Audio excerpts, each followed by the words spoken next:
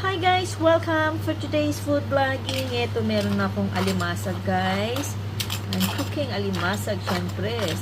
Seafoods is my favorite. Kaya ito, tigin tayo ng alimasag.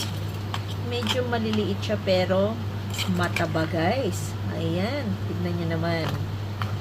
Sarap nito sa mainit na kanin. Kaya malapit na maluto. Ayan guys. Magpapapak tayo ng alimasag ngayon. Okay. Ayan. Nilagyan ko yan ng butter para kahit paano may lasa. Talagang malasa siya guys. Ayan. Okay. Pwede na tong kainin. Ayan.